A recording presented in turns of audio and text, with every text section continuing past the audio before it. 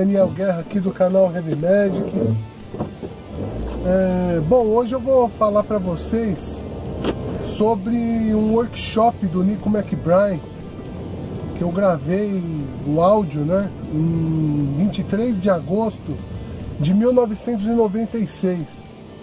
Foi um dia antes do primeiro show do Blaze aqui no Brasil, né, da turnê do X Factor. E tava todo mundo ansioso para ver qual seria o desempenho, né, do Blaze e tal. E aí o Nicko deu esse workshop, né, e putz, foi legal demais, o cara é incrível, né, engraçado pra caramba, várias palhaçadas e tal, e simpático pra caramba, e toca muito, né, o cara toca bem demais, né. Bom, nesse workshop aí ele falou como que ele aprendeu a tocar, por que ele se interessou, né? Ele mostrou várias técnicas de bateria, ele deu uma palhinha da música Vários antes mesmo dela ser lançada, né? Achei bem legal mesmo, é um item de colecionador. Quem curte Iron Maiden não pode deixar de ver esse workshop, ouvir, né? Infelizmente eu não tenho as imagens, mas tenho o áudio todo e vale muito a pena. Beleza? Espero que vocês gostem. Deixa o like aí, aciona o sininho das notificações, se inscreve no canal, divulga o meu canal por aí, que eu vou estar sempre colocando vídeo novo aí, que vai ser muito legal. Daqui pra frente vai ter sempre vídeo novo aí, beleza? Valeu, gente, abraço!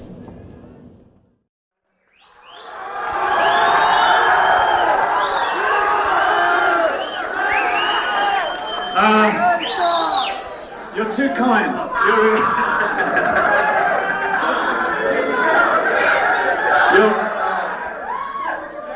You're too kind. You really are. Listen, I thank you very much for such a wonderful welcome. Because after I finish playing, you ain't going to be doing that, okay? Ele está agradecendo a vocês pela gentileza e pelo calor dessa recepção. E ele falou que com certeza ao término do show vocês não vão estar gostando tanto assim, mas... Hello! How many senoritas in the audience? He's a geezer, let's go. All the ladies, put your hands up. Garota, as meninas, por favor, ergam as mãos. Bem alto para eu ver também. Ah, ladies! Did you two come together? Vocês duas vieram juntas? I'd like to have seen that. Never mind. Okay, fair enough. He got it. He got the joke, but he ain't translated it. Go on. Yeah. Ele falou que ia ver isso melhor depois, mais tarde.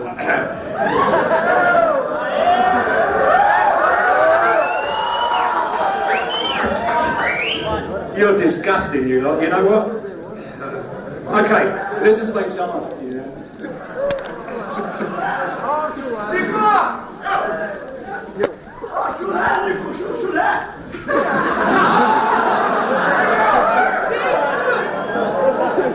Deixa eu só dar um aviso. Relaxem todos vocês. Como vai ter um outro set mais tarde, ele vai poder receber todo mundo. Ele vai poder autografar todos.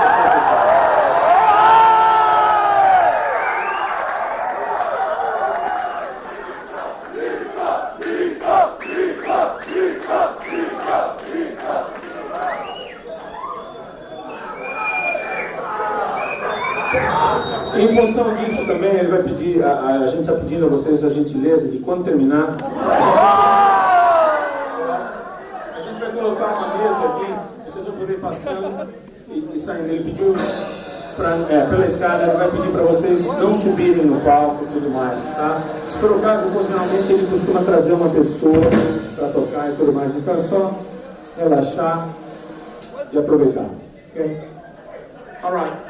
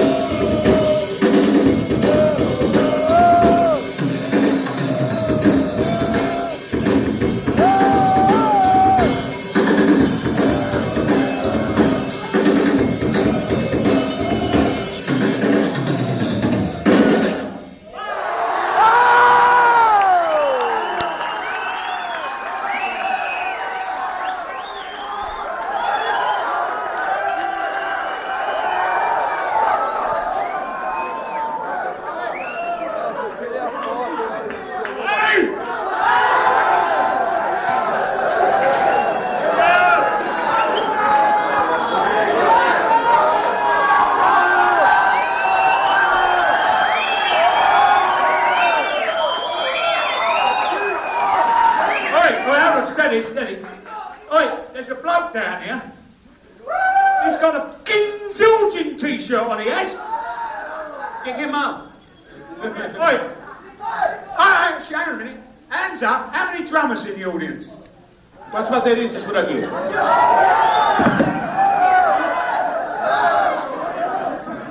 Okay.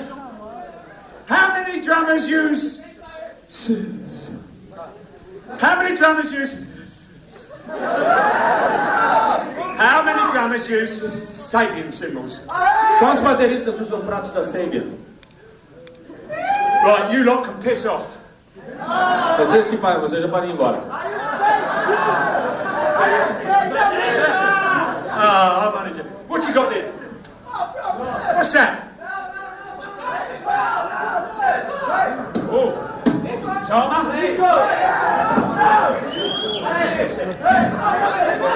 What's that?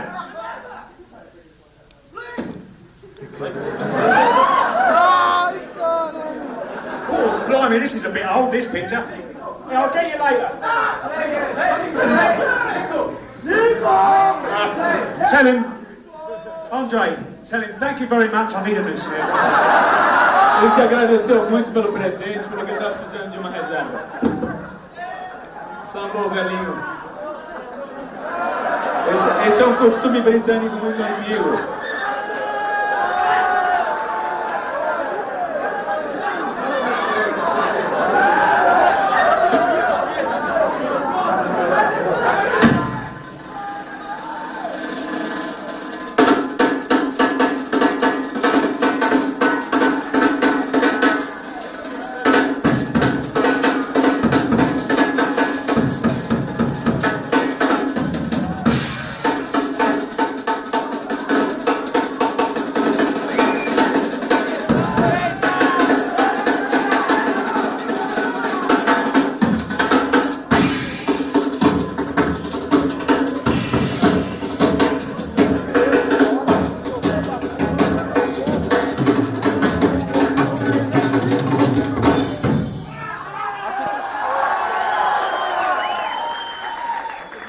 You can take it home.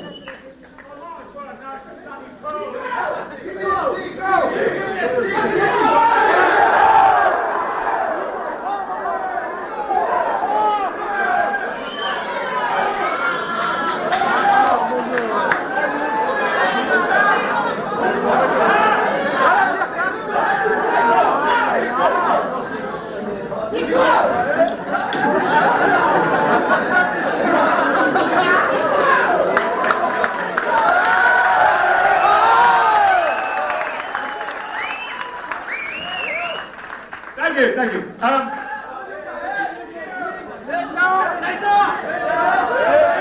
good. I see. Now, settle down.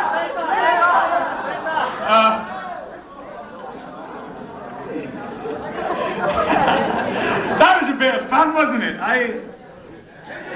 Deu pra divertir, né?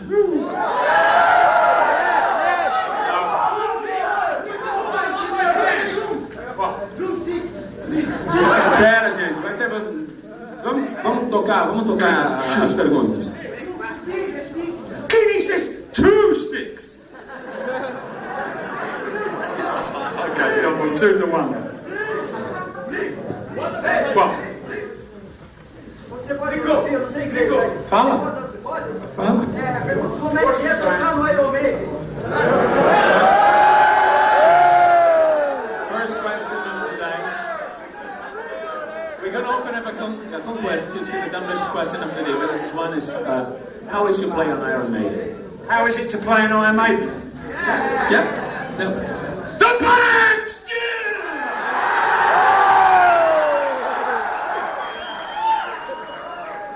Does that translate in Portuguese? No, but I can try. True. Próxima pergunta lá em cima. Vai lá. One at a time. Hey? Your cat from his... Lousy camera. No. It's a gentleman.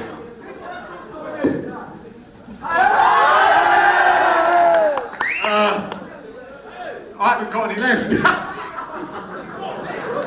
you will have to go bonzo the next time.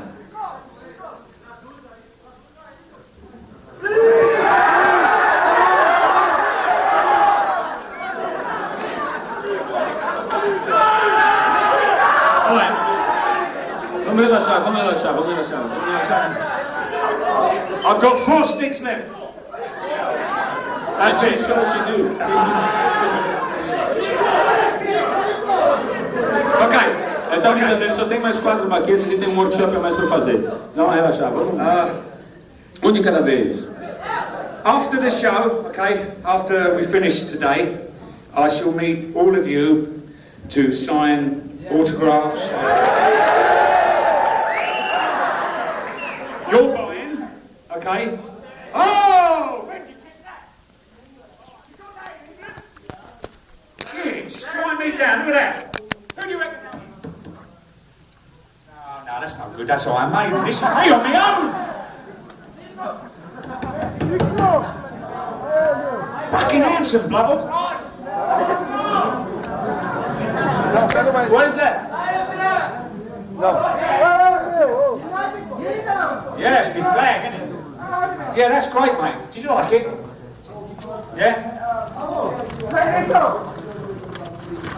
Rhythm of the Beast. Well, Rhythm of the Beast was a video that I did. Hey, look at this! Oh, man! Right. That's all wrong in there. You do know that, don't you? The bloke who transcribed that's a complete idiot. Hold on. I'm going to answer this guy's question. It's important. Deixa ele responder a pergunta desse rapaz primeiro. She with you? She with you? Oh, fuck it. It's all right. I'm not married today, girls. It's not on my finger, is it?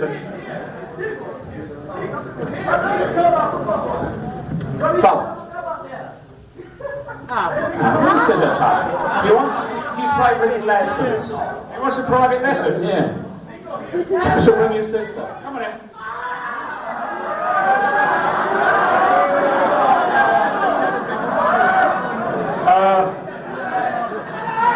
Sticks. Carlos. Ladies and gentlemen, here's Carlos. Please welcome him to the stage. Big round of applause. Go on. Go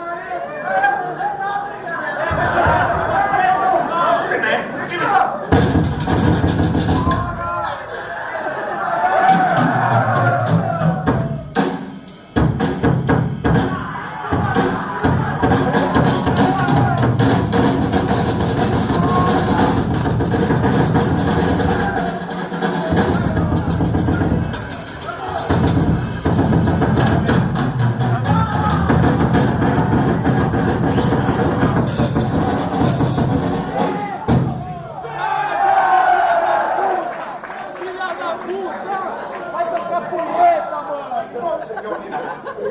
Carlos, boys and girls, thank you very much.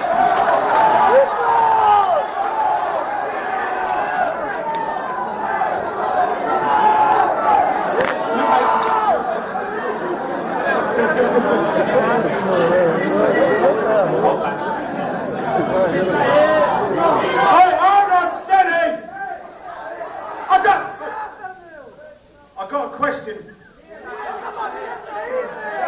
Só um minutinho, ele quer fazer uma pergunta para vocês. Whoever gets this right, hang on, steady. Sit down, come on. Joga a baqueta aí, meu! Right, here's the question. Whoever gets the question right gets the drumstick. Quem conseguir responder a pergunta vai ganhar essa baqueta. Who is the most handsome player in Iron Maiden? Quem é o... É o... What? What? What's that? It's a shirt. Bloody great. Every time I come to Brazil, boys and girls, I get loads on their new wardrobe. Cheers, mate. What you got there? Hang on.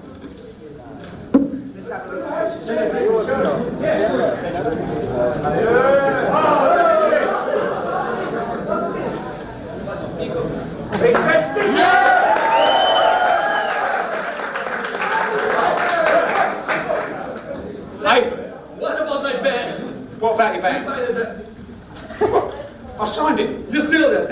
I signed it.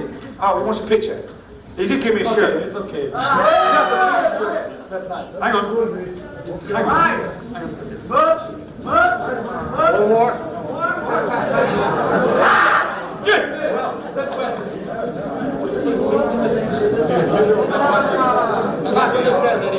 I can't remember it. I know, yeah, I know. He asked me to play a song that I can't remember. Black Bart Blues? The song? I know I played it. I can't remember, I don't remember it. I will in a minute. Honestly, Okay, let's go on with the questions. Vamos fazer primeiro as perguntas, depois a gente continua essa brincadeira. Para o pessoal que tá... He asked me, right, he said, could you do for me, please, the intro to Black Bart Blues?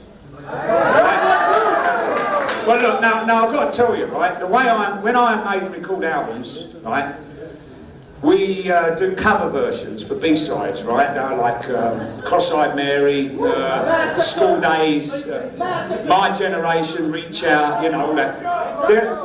Right, well, Black Bart Blues was a song that we all just threw together one afternoon in the studio. We went, we need a B-side. What shall we do? Let's do a blues. So we wrote that song in the studio, but when we recorded it, you know, we learnt it. Hang on, that's the wrong beat. Alright, finished the song, right? Then we recorded it. And I have not played that song to this day, since I recorded it. How's it go? Come play it for me. Okay.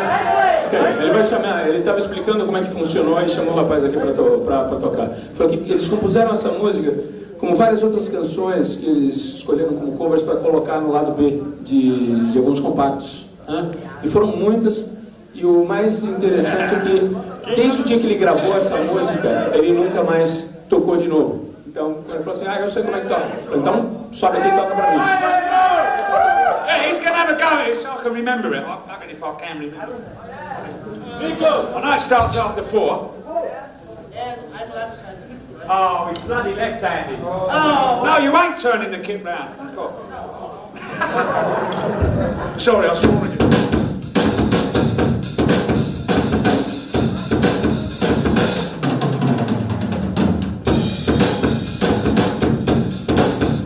Oh yeah, I've got it. I think I have. I can't remember it. How's it go?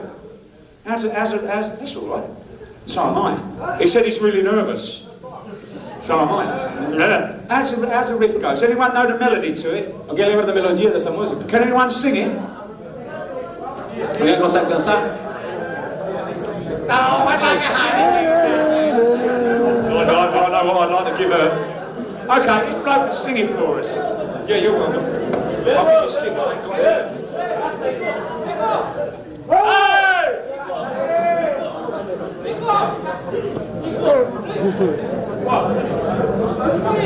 You ain't having them off. This is the last pair.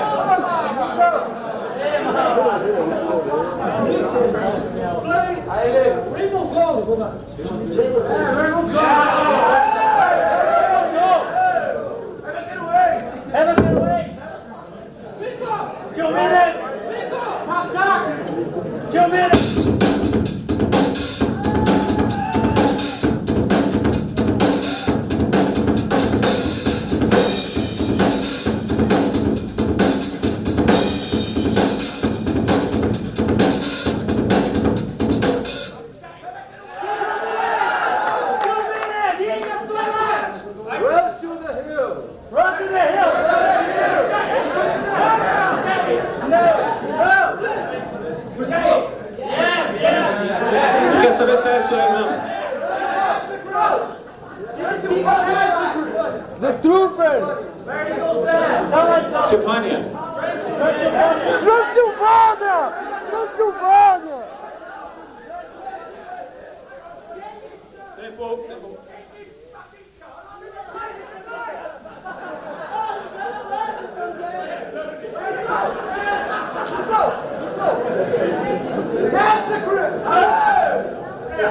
He said, do Genghis Khan, right? That was on the frigging Killers album, wasn't it?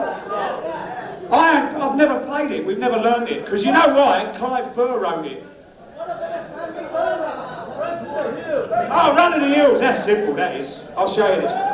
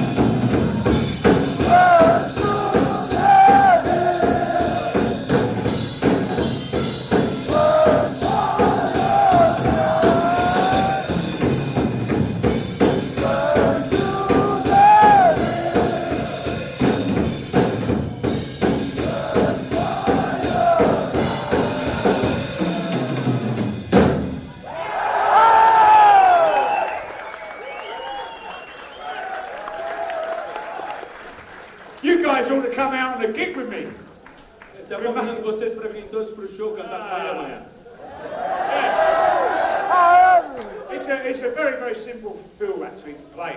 Falou que é uma batida super simples de tocar. It's just the bass drum on the floor. É o bumbo, né? Os 4 tempos.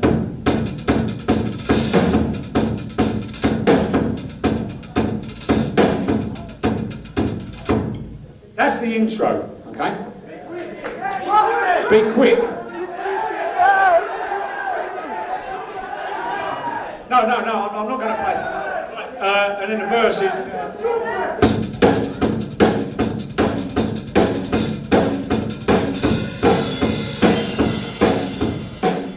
It's very simple. It's a very simple drum fill. It's a basic 16s on the iron.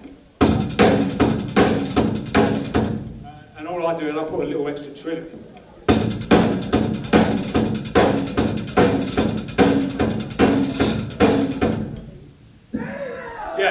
Basicamente, What next? é uma série de semicolcheias do chimbal com o bumbo nos 4 tempos. Você falou que é uma várias super simples.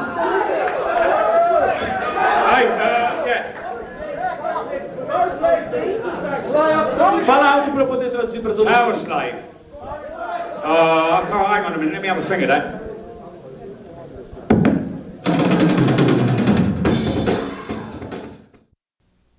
Oh yeah. The intro to that is a right bastard to do. Anyway, it's like this. I'll try and play it slow.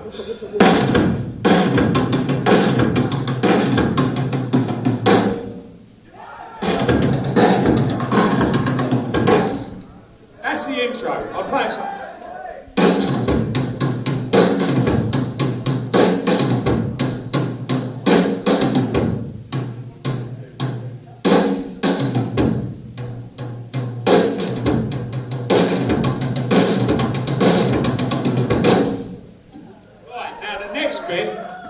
Próxima parte. It's a triplet on the bass drum.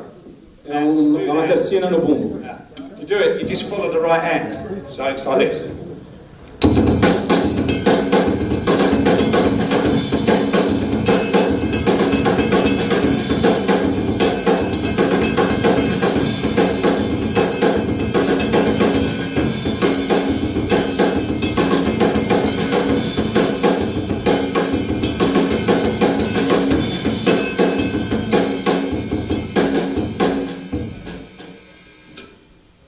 Ele recomendou, é só seguir, ele está fazendo com o pé a mesma coisa que ele está fazendo com a mão direita. Now, you can use 2 bass drums with it. You know, Got some money time. and soccer. No, not me. Nicko. Only one right there. That's what she said last night. Body. Nicko. Why don't I use 2 bass drum pedals? Thank you very much. No. Ele quis saber por que ele não usa 2 pedais, né? Because. Thank you. No, nothing so bold as to say that, but I find it very difficult playing with one. So if I have 2, I double the problem. Ele acha muito difícil tocar com só, e se ele colocar mais um, ele dobra o problema. Nicko, there is a question here. The guy was asking, why do you take your shoes off to play? Oh shit.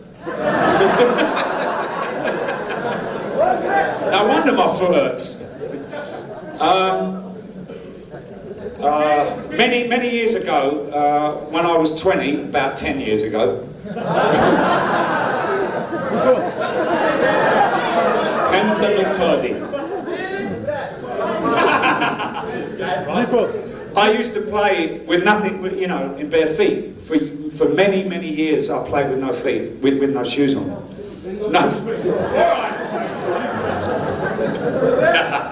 I used to play with nothing on my feet, and then as I played with harder, louder, faster, you know, in hard metal, hard rock bands, I used to tear the skin off my toe. But actually, when I played a bass drum pedal, which I'll talk about in a minute, if you look at my foot, it's nice and clean, isn't it? You see there, it's white.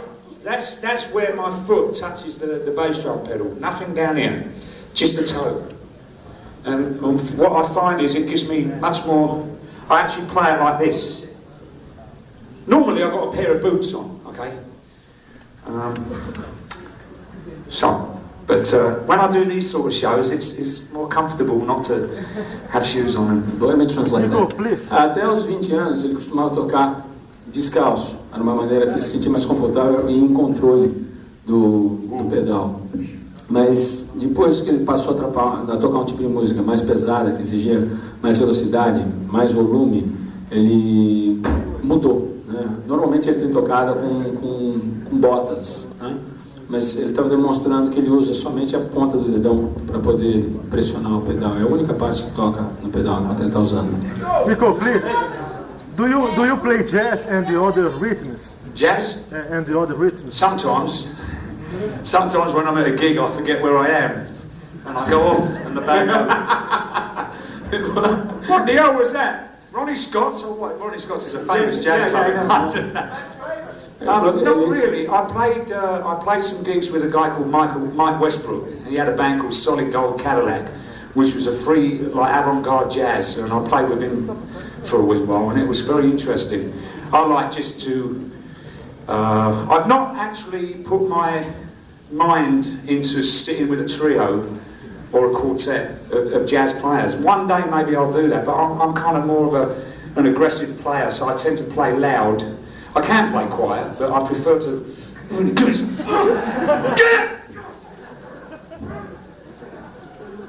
By the way,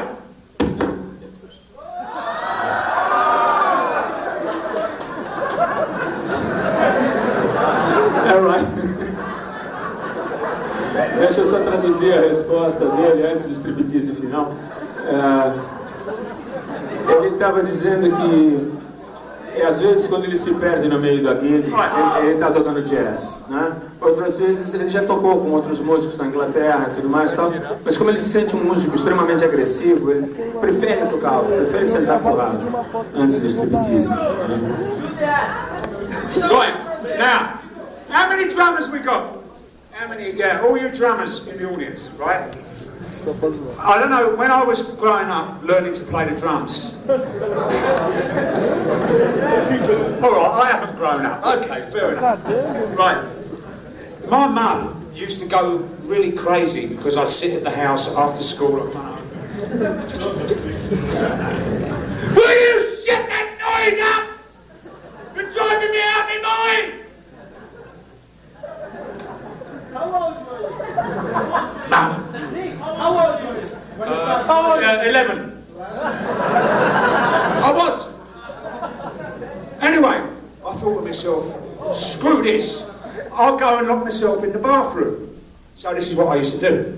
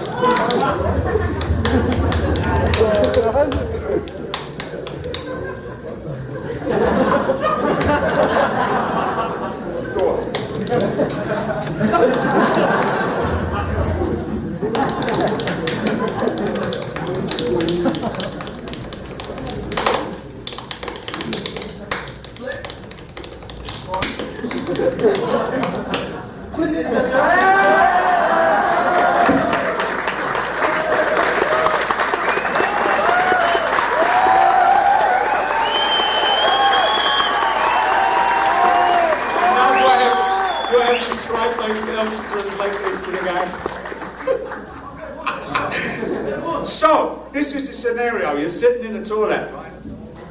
Yeah, you go into a railway station or an airport, and you go in the toilet or the bathroom, and they have this amazing reverb. It's like ding, ding, ding, ding, ding, ding, ding. When you hit the door, it's like brilliant. But the thing is, you'd be in the toilet, you know, practicing, getting into it. Imagining the drum. It's like this. One! Michael! Michael!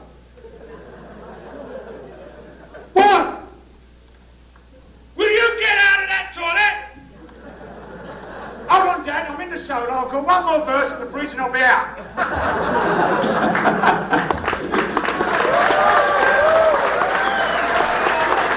Legal. O pessoal que não entendeu a história, mas é o seguinte: quando ele começou a tocar bateria em casa, por volta dos 11 anos de idade, mas ele enchia o saco dele direto, não deixava ele estudar. Ele falou: vou resolver o problema de uma maneira.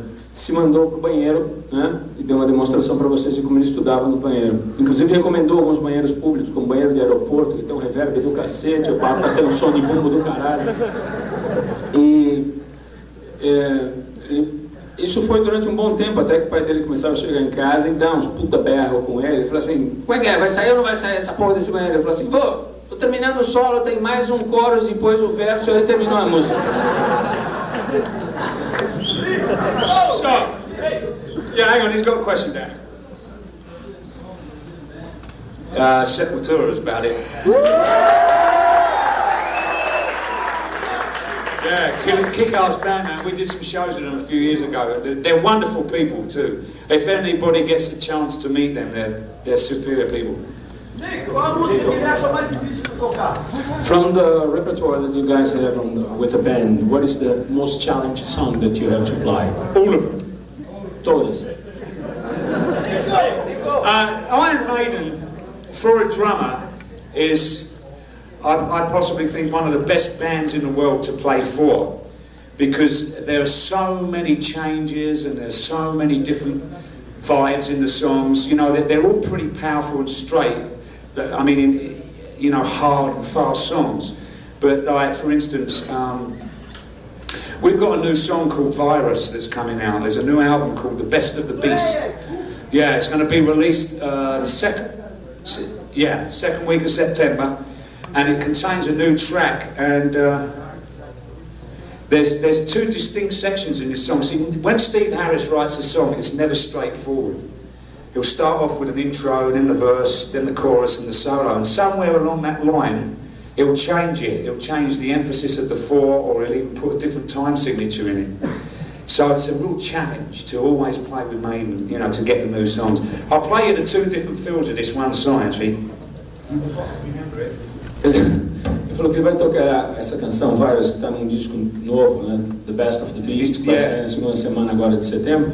E ele está explicando que é uma música bastante difícil, como quase todas as músicas do Iron Maiden, tem essa característica de vários climas diferentes e tudo mais. Don't forget your throne. And the paper toilet. E Actually, there are three sections to it: the intro, the verse. I need those, yeah. So the first few. This will all make sense when you hear the song. isso vai fazer mais sentido quando vocês ouvirem a canção pronta. This is the first group.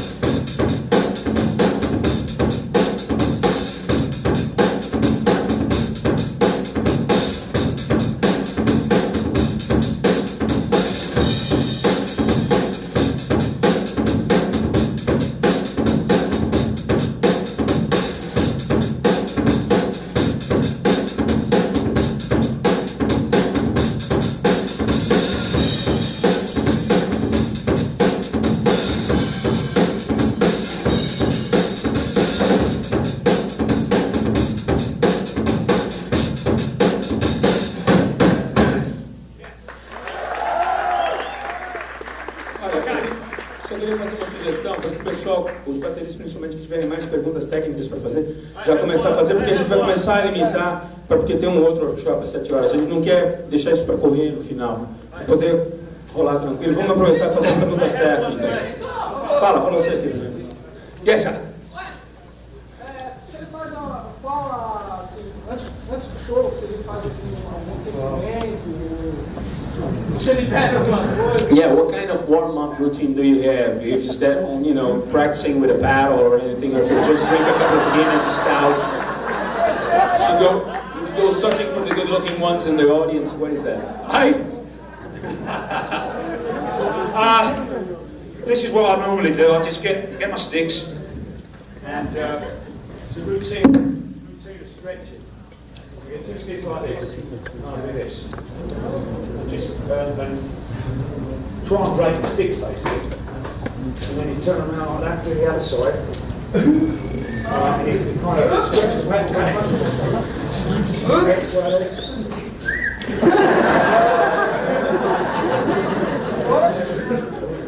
Just stretches, and then get the sticks.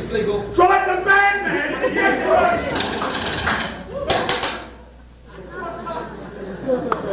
I'm only the translator, I'm not in the band. Will you shut up? Piss off, I'm practicing, you know. We're going outside the dressing room. No. Says you know, with drums, you know, it's like at home when you practice. Will you shut up? Right?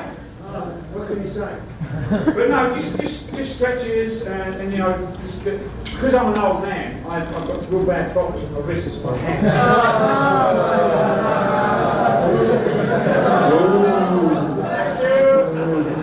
What about your fingers? What? Your fingers. What do you have kind of routine of practicing your fingers? No, to get such speed. No, I just play, you know. I find that when I'm with the band, that's a workout, you know. So if you're playing 5 gigs a week, there's no need to sit and do that, you know. There's no time for that. No, basically, hard rock grooves are usually consistent with just single stroke rolls. And the odd flam here and there.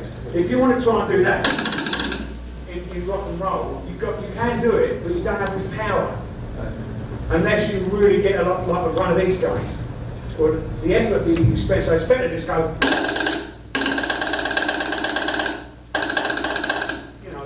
Most, I'll give you an example, it's like, most rock and roll fills are like this.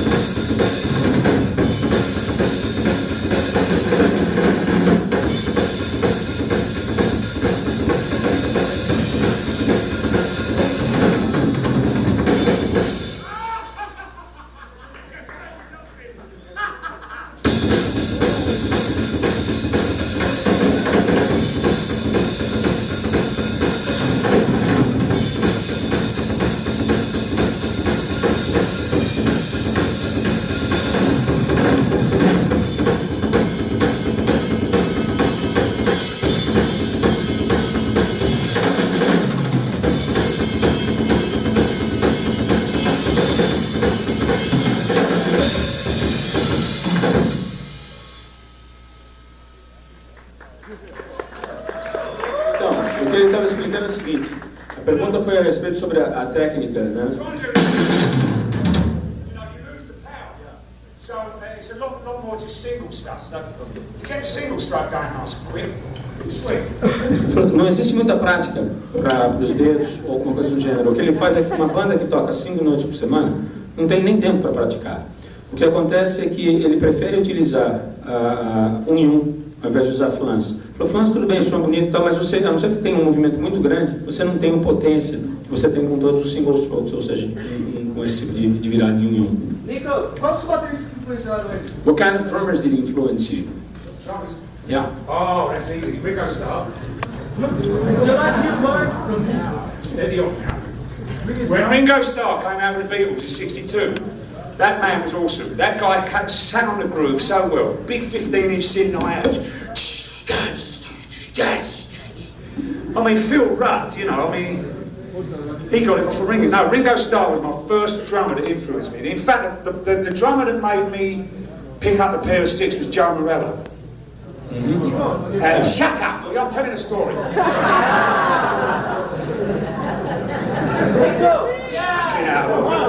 Right, anyway, so there was Ringo Starr, and then of course there was the late great, one of my very close friends, Keith Moon. Keith Moon was just the animal of drums. I mean, Gene Krupa was the equivalent in the 30s, 40s. You know, he was the lunatic, real powerful drummer. Buddy Rich was like, who's this Gene Krupa geezer, you know? But, you know, Krupa was the Keith Moon of his time. So there was John Bonham after him. So those three drummers were my biggest influences in my life. John Bonham, Keith Moon, and Ringo Starr. Nico, in the Rhythms of the Beast, you talked something about when you're tired, you're playing, and if you're tired, would you like this? You change hands. Yeah. Yeah, so what you're doing is when you play, and hands doing all the work. How many right-handed drummers in the audience? Right-handed. Yeah? Almost everyone. Well, yeah. Left-handed drummers. This one's doing all the work. Right? So, what you do is, when you're playing in the band, 10 songs down the road, it's like, fucking thing don't work. So what you do is you give it a break and you go over to the left side of the kit and you play the hi-hat with the left hand and leave the right hand to do the... So it's doing less work. So it's,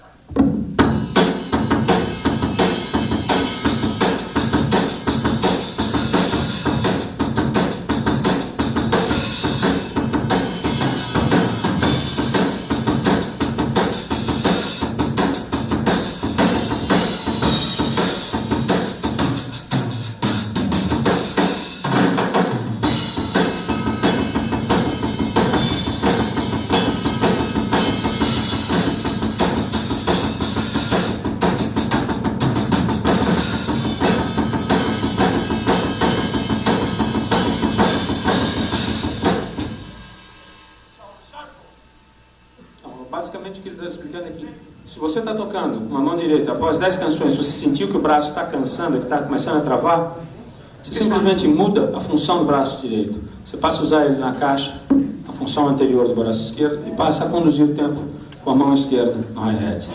So it gives this one time to go. Yeah, I'm okay now. Hello, Mrs. Hello. My foot. Does it get tired?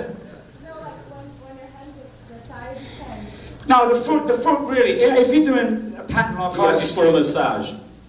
do I need a massage? I'm just saying. It ain't only my foot that's tired, believe me.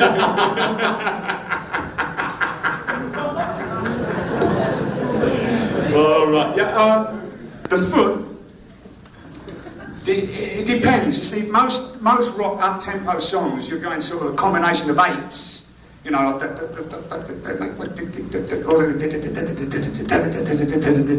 lost the words, for instance. Right?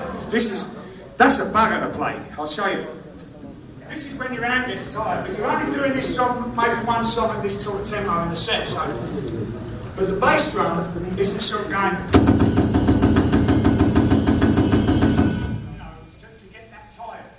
Sort of, and if it does get tired, just stop it. Just go. Don't even play anything. Let's see the...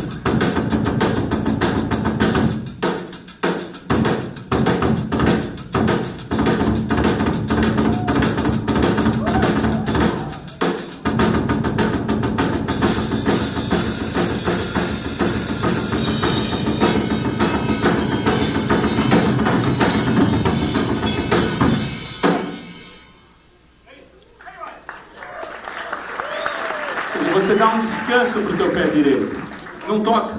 Toca ele de forma mais simples. Se for o caso, muda o pattern, porque automaticamente você vai estar descansando o seu pé. Lost for words. 2, 3.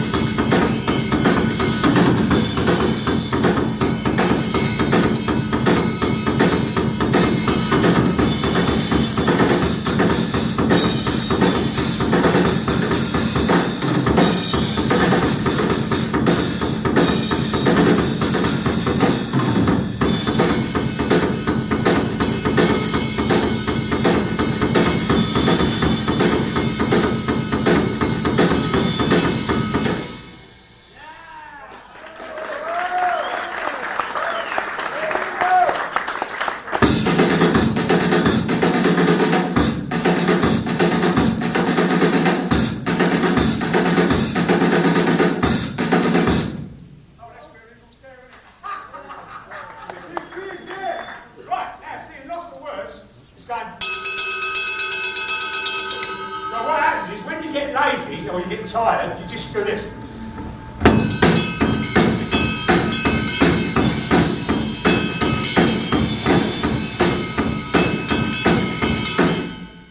See, so what happens is you cut it down to your own. It's a trick, it's a way out when it gets too much. Plus sometimes when you start into a song, as you get further down the road, the tempo lifts. Okay, in all rock and roll, most songs never click because rock and roll music isn't about perfect staying in the meter with a metronome. It has to breathe. So solos tend to always lift up, not like not unless you're Halloween at all. I didn't mean that. I'm only joking. So. No, I think it's important to explain about the tempo thing. You know, ele diz, yes, there's a história é a seguinte. Ele fala que rock and roll não é uma música para se ter um tempo perfeito. Ela tem que respirar por si própria. É natural que ela corra um pouco. De repente, no meio do solo tem toda uma adrenalina. Ela tem que subir para que a pessoa, ela passe ali e voltar. Oi, diga. O que ele acha do Cliff Burton, o baterista do Iron Maiden dele? How about Cliff Burton, the drummer that was on Iron Maiden before you? Five. I'm sorry. I'm just a blues player. Where is he? I don't know. Last I heard, Clive was working with Dee Snider in a band called Widowmaker. But I don't know, this was 3, maybe 4 years ago. He was asking what you think of his drumming. Oh, what do I think of it? Brilliant. Great drummer, yeah. He was excellent. Wait. Sorry? Newport! Newport! Don't talk to me in my clinic about Newport!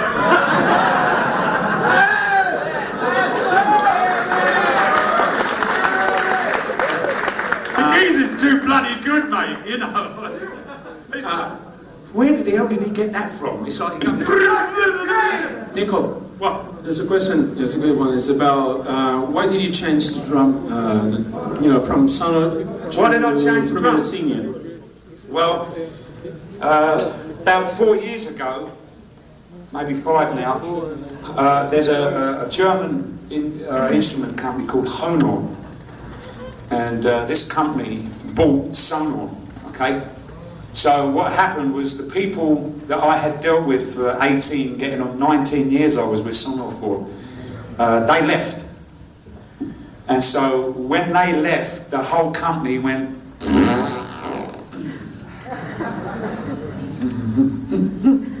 down the tubes. So basically my loyalty was with the people who originally had Sonor.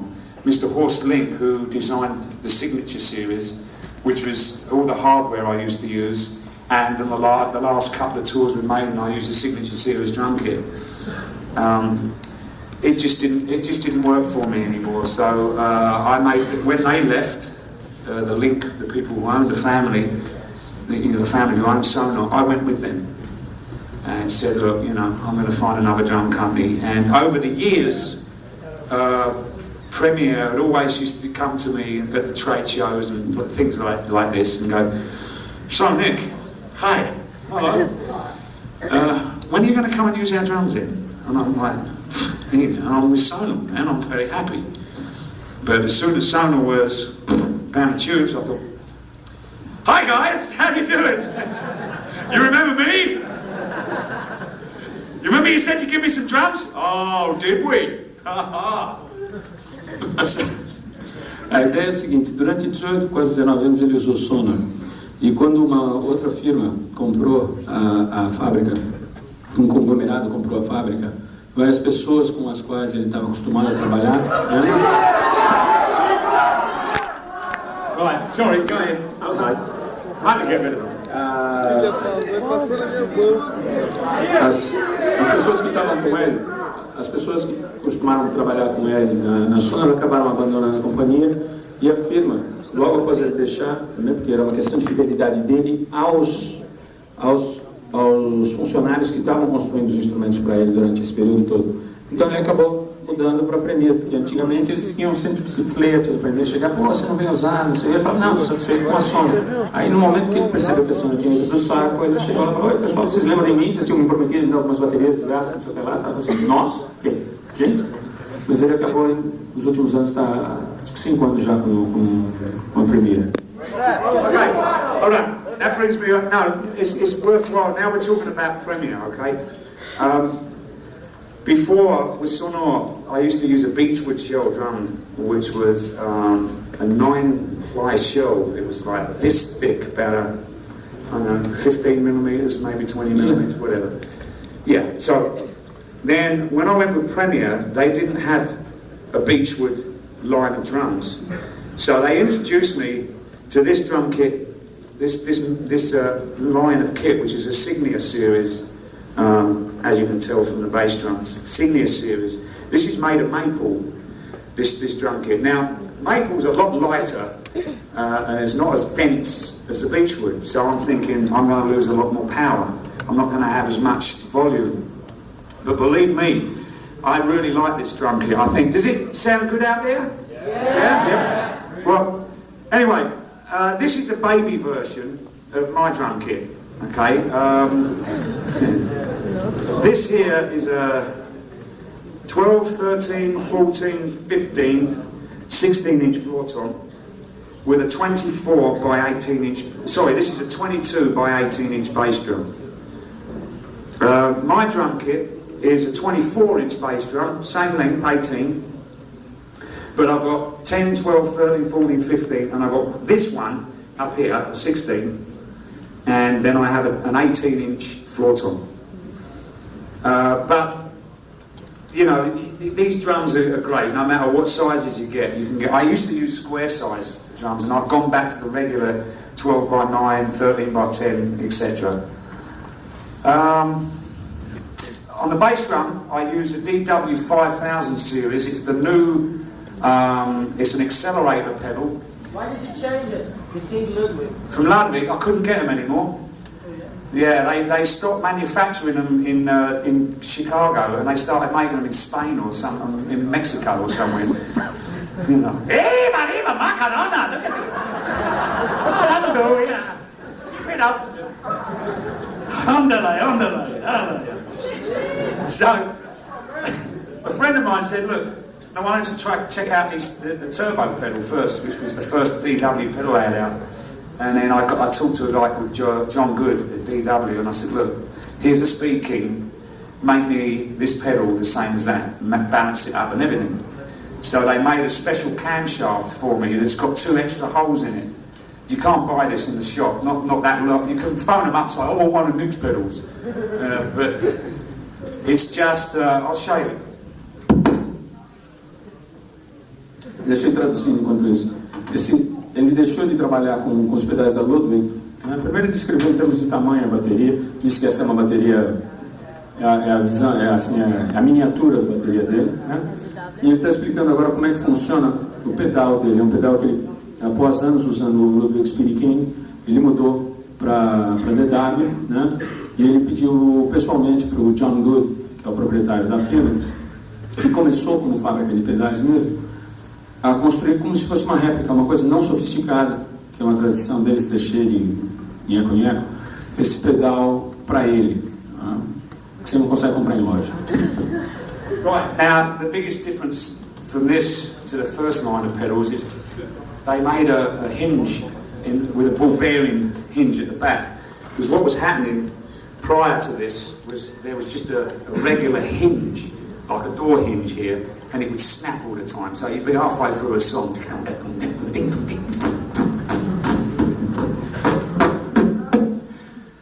and this thing wouldn't work because it's broken, you know. So I had a lot of trouble. So anyway, what they did was it's very important, the spring tension of a pedal is primary to work in your foot. Remember Rhythms of the Beast? Yeah, yeah.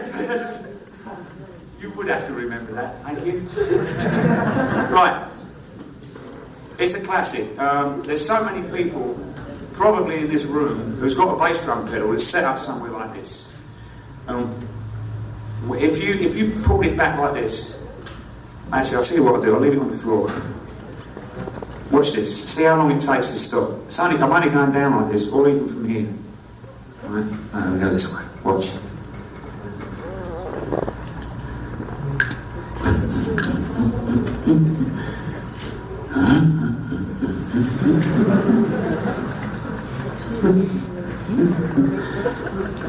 Now, what that tells you, or tells me anyway, is that I've got a really nice tension on the spring, right here.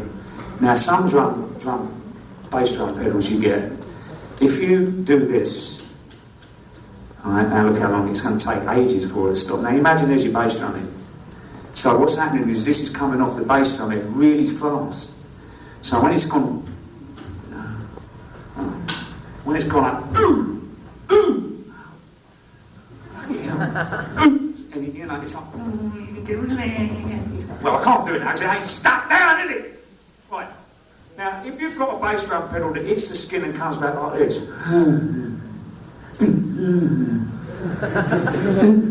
it ain't gonna work. It ain't gonna work, is it? No matter, you take your foot off, it goes, there's no spring power. So always make sure you've got this adjustment right in here. Now, depending on what kind of pedal you have, There's so many with different arrangements to them, but make sure when you test it, you just push it back to horizontal and make sure it rocks quite a while. You don't want it going like this and then stop it, you know, like a couple of times, because it's not going to have the speed to release off the bass drum. So you must make sure this is primary, even if you use 2 bass drums.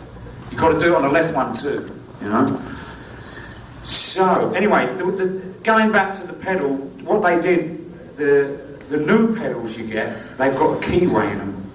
Has anyone got one of the new DWs? Anyone? Well, what happens is, you've got a drum key, this one's a screw-in. Normally you just take a drum key, you can slide in the cam, you can slide the adjustment. So what the adjustment does is it changes the angle of the beater in relationship to the bass drum, which therefore affects the speed of the release. So what they did was they did this one, and there's 4 holes on the bottom, and where this one is screwed in, there's 2 at the top, and it gives you extra spring tension instead of making different spring on it. So these are very, very seriously good pedals.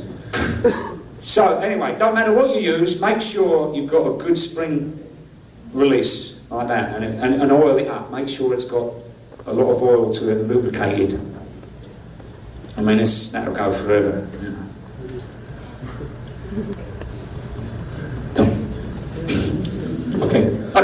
A ideia sobre o pedal é o seguinte: ele estava explicando que é fundamental que você tenha o release, ou seja, o movimento do beater bastante grande. Se ele voltar como se fosse em slow motion, você não adquire a potência que seria necessária para tocar o tipo de música que ele faz. Para tomar muito cuidado na compra de um pedal, poder escolher um pedal que tenha esse movimento, que tenha uma mola bastante forte que possa resistir e uma boa regulagem. Isso tudo determinou na feitura desse pedal para ele, da forma que ele escolheu para que ele pudesse funcionar da forma que ele toca. Inclusive, ele fala assim, se você usa 2 pedais, leve em consideração isso também, pé esquerdo. Não adianta você ter um pedal direito rápido e pé esquerdo não. Funciona dessa maneira. A gente tem mais 5 perguntas. Nick, there's whoever plays some Premier drums, you know, any drummer that play Premier already, you know, they have some hats here for you to give away. Anybody plays Premier? Yeah, and here. Any Premier drummers in the audience? Premier kit.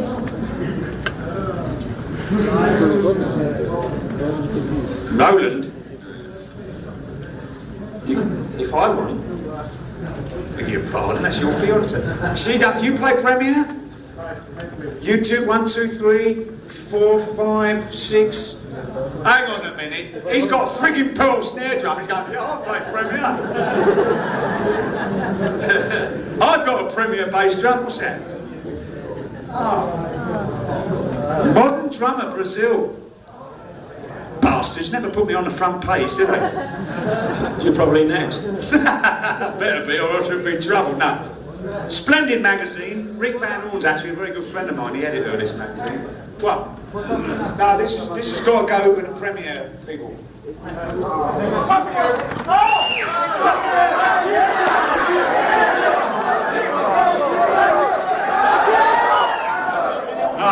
All right. What else? Somebody was asking one of the questions is about the way you tune your kit. Eu queria saber a respeito da afinação. Okay, yeah, that's important. Hey, all right, this is for the drummers in the audience. Where's that drummer? Is there a drummer in here? Yeah, where's that little one? It's right there. There he is. Uh-oh, who's happy drum away? Before we get on with the tuning, I want to tell you, as you probably have noticed after all of these years that you guys have known me, I use Paiste cymbals. And I use Paiste cymbals because they're the best in the world for me. Thank you. I've used these cymbals since I was 16 years old. Not this particular set, but I've used the brand of Paiste cymbals since I was 16. Bought all my cymbals up until I joined Iron Maiden. When I joined Iron Maiden, I went, right lads, I'm now in a world famous rock band. Okay? Sorry, that's Nicko. What do you want? I want my cymbals free. But you must be f***ing joking. No. No, I will buy the very first set of cymbals with the Peace of Mind tour. I had a brand new drum kit and a whole mass of cymbals, and it cost me $4,000 to pay for the cymbals. And I said I'd buy the first cymbals. I'm getting Sildian. I buy the first set of cymbals, and then from now on, I don't ever want to pay for another cymbal in my life. And they said, okay, as long as you've been faithful for 20 years prior to this. So that's my story. Now, up here we've got I'll get that in a minute. We've got a 24-inch crash at the back here. Oh, that's a beautiful cymbal, this one. Oh yeah, you want to hear it? Well, yeah, all right. Give us a stick, someone, will you? Lend us your stick. I'll give it back to you, I promise. Give it back. Oh, this is one. Oh, this is another thing.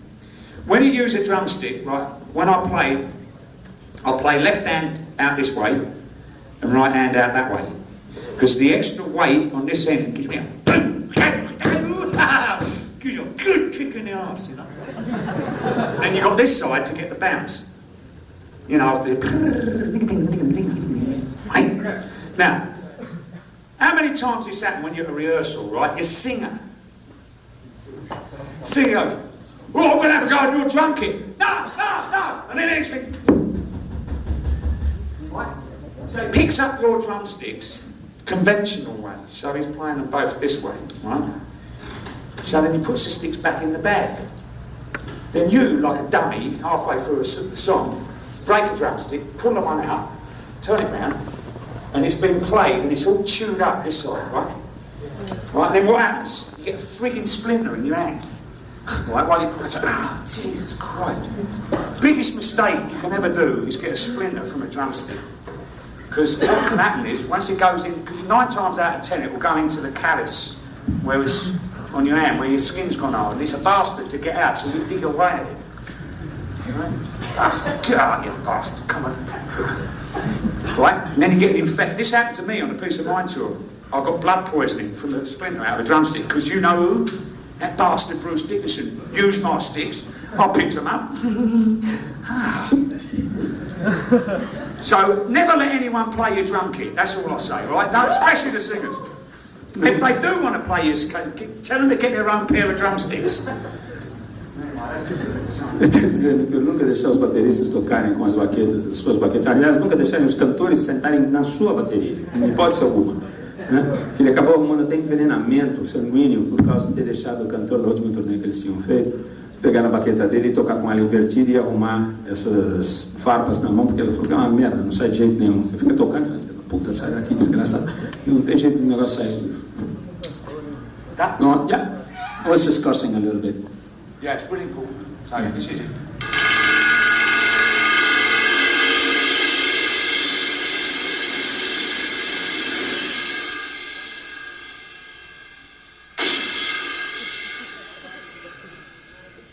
It's even better from this side because you can give it a... Oh man, that's a killer cymbal. Anyway, not many people use a cymbal that size. I like it because it's just so meaty, and when you're rocking and you want to hear something really big, you just whack the shit out of that, and it's brilliant. Right, now, down here, this is a 20-inch, these are all 2002 series cymbals, boys and girls, right? This is a 2002 20-inch medium. This is a nice cymbal.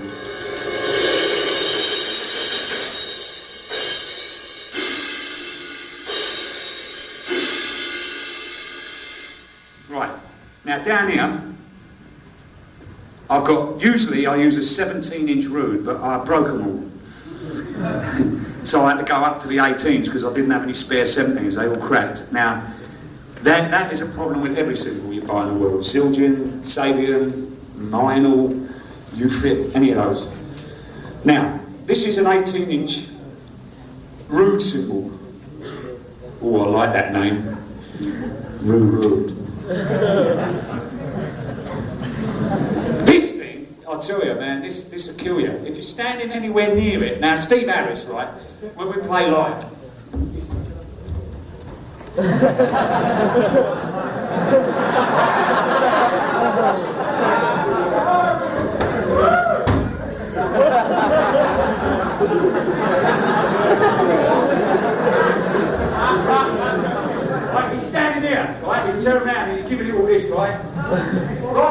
to this thing.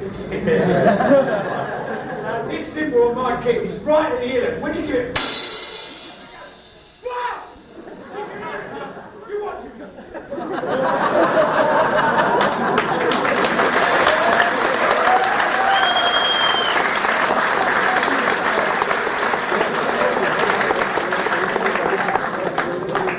I'll get to this one in a minute. Oh yeah, I forgot this one at the back. I've got a China type over here. This is a 2002 22-inch China. And it's an effect symbol. You get a lot of drummers sort of doing it.